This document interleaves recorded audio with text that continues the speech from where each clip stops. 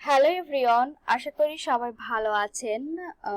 আমরা আমাদের গত লেসনে দেখেছিলাম যে আপনারা কিভাবে সাধারণ ড্র্যাগ অ্যান্ড ড্রপ ডিজাইনের মাধ্যমে বেসিকের ওয়ান কলাম ডিজাইনটা মেইলচিম্পে করতে পারেন।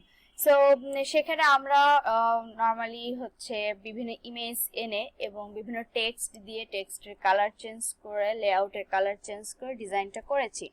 সো আজ আমরা লেসন 7-এ দেখব ড্র্যাগ অ্যান্ড ড্রপ ডিজাইনের আরেকটি কলামের ব্যবহার। ওকে, যে লেআউট গুলো আছে, সো আমরা আজ বেসিক 3 কলাম এর লেআউটে ডিজাইন করব এবং আজ আমি আপনাদেরকে আমার একটা ক্লায়েন্টের কাজ করে দেখাবো। দেখুন, এটা হচ্ছে আমি ক্লায়েন্টের, এটা 3 কলামের একটা ডিজাইন। সো একটু লম্বা ডিজাইনটা, হয়তোবা ফার্স্ট দেখে একটু ভয় লাগবে যে ডিজাইন কত বড় বাকি, যাই হোক।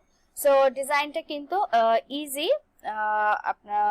আমি আপনাদেরকে দেখাবো যে এই ডিজাইনটা করতে হলে অ্যাকচুয়ালি আপনাকে কি কি স্টেপ ফলো করতে হবে। আর তার আগে এই ডিজাইনটা করার আগে চলুন আমি একটু আপনাদেরকে ক্লায়েন্টের সাইটটা দেখিয়ে নিয়ে আসি। ওকে, সো এটা হচ্ছে ক্লায়েন্টের ওয়েবসাইট, একটা লোড হচ্ছে। ওকে, সো এখান থেকে দেখুন তার ওয়েবসাইটের লোগোটা কিরকম, just typography, normal typography logo.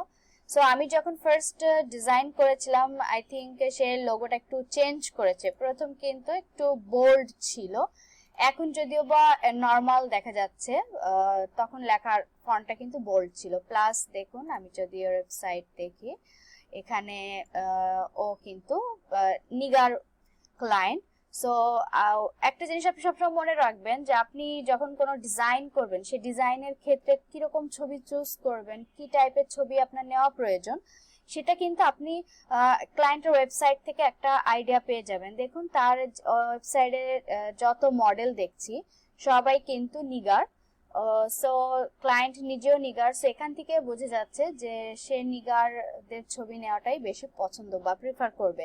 So first তার যেহেতু এরকম একটা রেড কালার কম্বিনেশনের ইমেজ বেশি দেখা যাচ্ছে, প্লাস ক্লায়েন্টের ওয়েবসাইট ব্ল্যাক আর ব্ল্যাক এবং লাইট গ্রে কালার আমরা দেখতে পাচ্ছি এর কম্বিনেশন। প্লাস আমি এখানে আরেকটা তার একটা সংক্ষিপ্ত আইকনিক লোগো আরেকটা দেখা যাচ্ছে, সেখানেও একটা এটাকে কি বলে, ডার্ক মেরুন কালার প্লাস একটু লাইট অরেঞ্জ, ঠিক না, অরেঞ্জ আর রেড এর মাঝামাঝি দিকের একটা কালার। এটা অ্যাকচুয়ালি এক্স্যাক্ট কালারটা বলা কঠিন। সো এই জাস্ট আমি তাহলে কালার খুঁজে পেলাম, একটা দুইটা কালার, আর হচ্ছে black colour, ash colour. So আমিও তো যখন ওর কাজটা করেছিলাম, তো আমিও কিন্তু এই 4টা কালারকে মাথায় রেখেই করেছি। এবং আপনাকে অবশ্যই চিন্তা করতে হবে, শুধু কালার দেখলে যে হ্যাঁ এই কালার আছে বলে আপনি ডিজাইনে এই কালার শুধু ইউজ করবেন তা কিন্তু না। আপনাকে একটা জিনিস বুঝতে হবে যে ওর কিন্তু সবচেয়ে কম ব্যবহার করেছে এই 2টা কালার, খুবই সামান্য কিছু কিছু জায়গায়। বাট এখানে দেখুন তার লোগো, আগের লোগোটা এর নিচেই আছে, ডার্ক যেটা, বোল্ড যেটা, সেটা নিচেই আমরা দেখতে পাচ্ছি। কিন্তু মেইন যে জিনিসটা বোঝার, সেটা কিন্তু সে কিন্তু ব্ল্যাক এবং গ্রেটাই বেশি ইউজ করেছে। সো দেখুন, ওর থেমের উপর ডিপেন্ড করে কিন্তু আমি চাইলে বাটনটা কিন্তু এই কালারটাও দিতে পারতাম, ডার্ক মেরুন। বাট আমি দেখলাম যে ওর মেইন ওয়েবসাইটটা একটু স্মুথ কালার। সো আপনাকে কালার চুজের ক্ষেত্রেও কিন্তু অনেক পিকি হতে হবে। কালার চুজটাও বুঝে শুনে করতে হবে। ক্লায়েন্টের ওয়েবসাইট বা সব জায়গায় যেটা দেখবেন, দেখলেই সেটা ইউজ করতে হবে তা কিন্তু না। আপনি একজন ডিজাইনার, তার ওয়েবসাইট একজন ডেভেলপ করতেই পারে, সেও একজন ডিজাইনার, বাট আপনি সেটাকে ফলো করবেন অবশ্যই, কিন্তু তার মানে এই না যে সব কালার আপনি এখানে রাখবেন। আর আরেকটা বিষয়, এখানে ওর ডিজাইন থেকে দেখুন, ও কিন্তু একটা চিকন চিকন বর্ডার লাইন প্রতিটা সেকশনের মাঝে মাঝে ব্যবহার করেছে, এবং ওর ফেসবুক টুইটার আইকনগুলো, সোশ্যাল আইকনগুলো ছোট ছোট করে ডার্ক কালার ইউজ করেছে। সো এখান থেকে এরকম বিষয়গুলো যে আইডিয়া নেওয়া। সো দেখুন না, চলুন এখন দেখি আমি কিভাবে এটা থেমটা সাজালাম। সো আমি যখন ইমেজ ডাউনলোড করতে চাচ্ছিলাম, তখন অ্যাকচুয়ালি ওর আবার এখানে ও বিভিন্ন ধরনের প্রোডাক্ট সেল করে। বিউটি প্রোডাক্ট, দেন আছে স্কিন কেয়ার আছে, ও ড্রেস অ্যাক্সেসরি। সো এই জন্য চিন্তা করলাম যে এরকম টাইপেরই কিছু নেই, যে ফ্যাশন আছে। সো সেটার উপর মাথায় রেখে আমি এই ইমেজটা নিয়েছি, যে এখানে বিউটি প্রোডাক্টও আছে, অ্যাক্সেসরিজও আছে।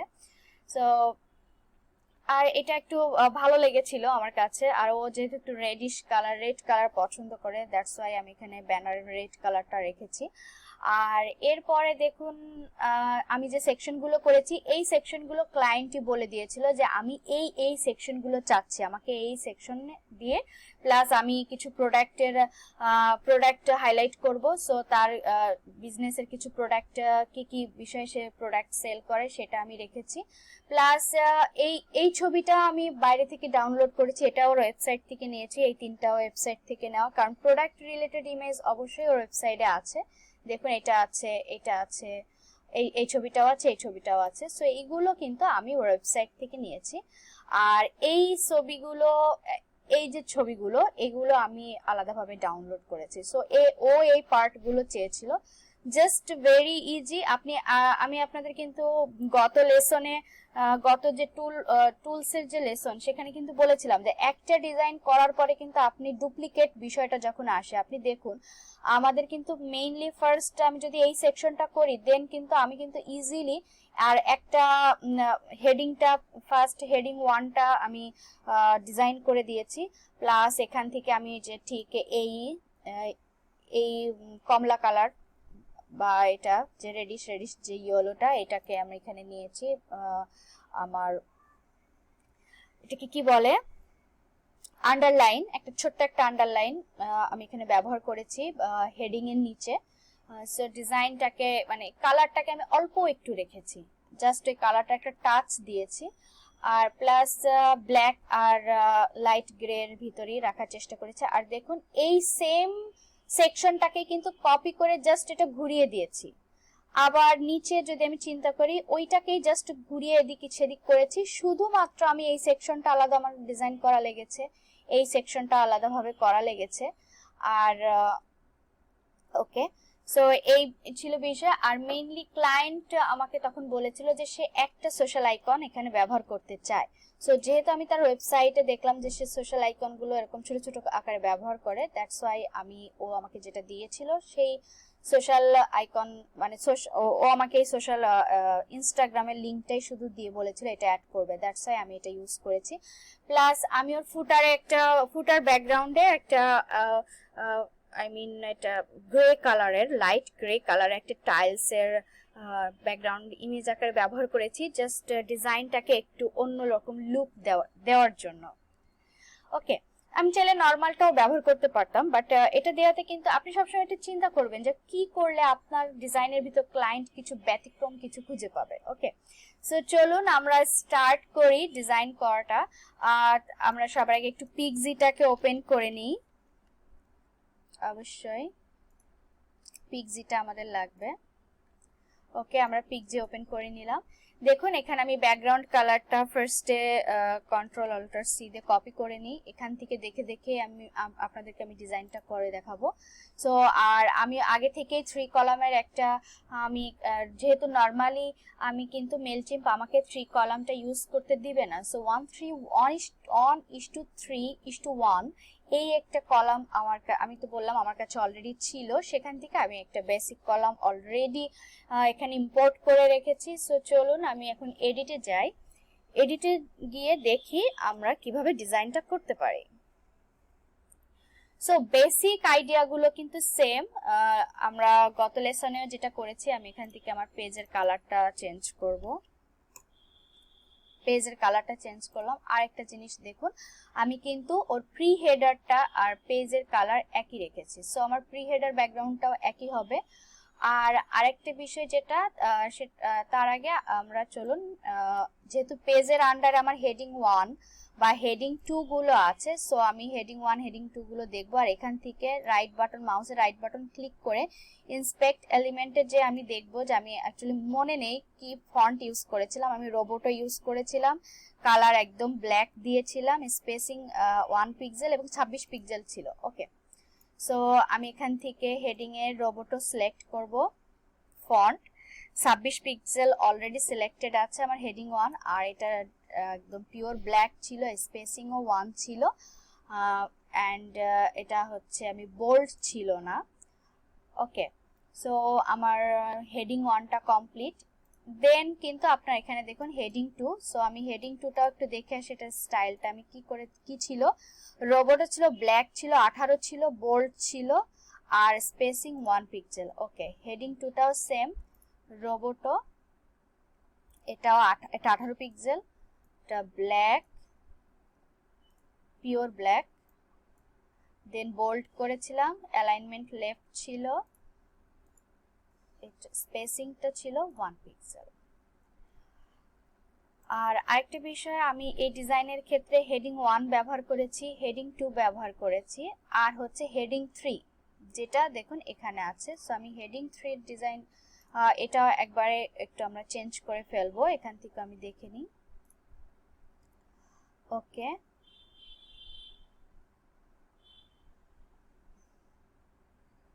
এটা বোল্ড ছিল।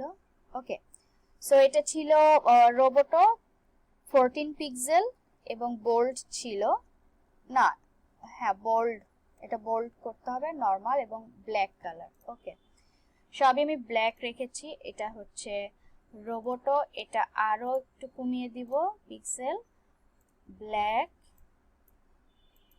আর এটা বোল্ড থাকবে, স্পেসিং নরমাল, লাইন হাইটটা। ওকে, সো আমার 3টা হেডিং কিন্তু এডিট করা কমপ্লিট, প্লাস প্রি হেডারটা আমরা ব্যাকগ্রাউন্ডের যে কালার সেই সেম কালারটা এখানে ইউজ করব pre হেডারে।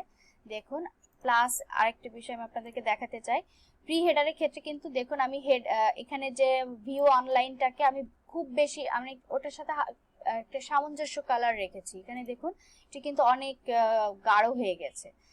R view this email in your browser, এটা অনেক বড় একটা, সো এটাকে আমি ছোট করে ভিউ অনলাইন করে দিব। আমি এখান থেকে এটা কপি করে নিই, তাহলে আমার টাইম সেভ হবে।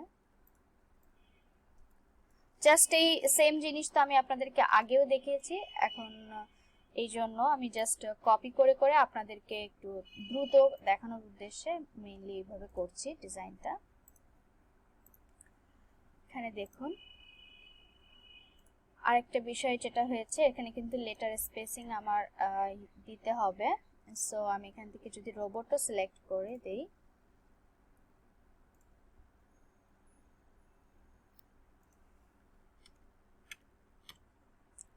কোডিং এর পার্টটা আমরা অবশ্যই নেক্সট লেসনে খুব ভালোভাবে শিখবো, যে কিভাবে আপনি কোড করতে পারবেন আলাদাভাবে।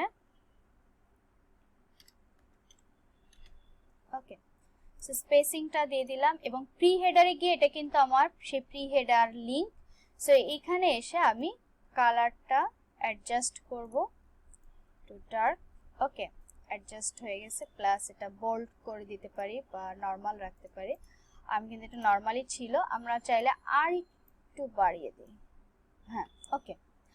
আর আরেকটা কাজ আমি করেছি, প্রি হেডারের বর্ডার বটমে একটা সলিড বর্ডার দিয়েছি, এবং সেখানে জাস্ট একটু কালারটা অ্যাডজাস্ট করেছি। এটা দেওয়ার কারণ হচ্ছে, মনে হয়েছে যে একটু শ্যাডো আছে, দেখুন মনে হচ্ছে এখানে একটা শ্যাডো কাজ করছে, সো এই কাজটা আপনাকে অনেক স্মুথলি করতে হবে। ওকে, আই থিংক এটা হয়ে গেছে। দেন আমি কিন্তু হেডারে এসে লোগোটা ব্যবহার করেছি, লোগোর উপরে এবং নিচে একটা হিউজ গ্যাপ আমরা দেখতে পাচ্ছি। সো চলুন আমরা ফার্স্ট আগে লোগোটা আপলোড করি। আমরা যদি আপলোডে যাই, এই হচ্ছে লোগো। ওকে, দেখুন ডিজাইন থেকে লোগোটা একটু ছোট ছিল। সো কিভাবে লোগো ছোট করব আমরা আমাদের আগের লেসনেই শিখেছি, জাস্ট টেনে এনে ছোট করে দিলে হয়ে যাবে। এবং হেডারে গিয়ে আমি প্যাডিং এর উপরে প্যাডিং দিব, আই থিংক এটাই এনাফ। অ্যান্ড এবার আমি হচ্ছে নিচে ব্যানার দিব। ব্যানার ইমেজটা আগে নিয়ে আসি, এটা আমার ব্যানার ইমেজ। ব্যানার ইমেজটা আগে আপলোড করি, আপলোড করার পরে এস করে দিই। এখন দেখুন আমার কিন্তু লোগোর উপরে যে স্পেসটা আছে, যে গ্যাপটা আছে, লোগোর নিচেও কিন্তু আমাকে